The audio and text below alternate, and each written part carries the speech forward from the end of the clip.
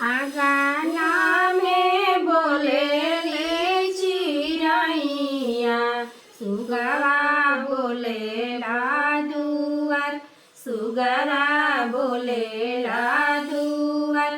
आवताड़ी मोर छठी मैया, चढ़ी के डोलिया सवार, चढ़ी के डोलिया सवार। बाजना बाजे सतरंगिया, गूंजे धरतिया सामन, गूंजे धरतिया सामन।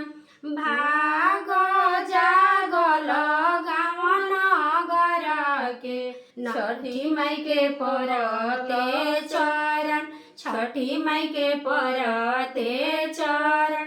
दर्शन खातिर जुटल सब गौआ, छुके माई के चरण, छुए माई के चरण।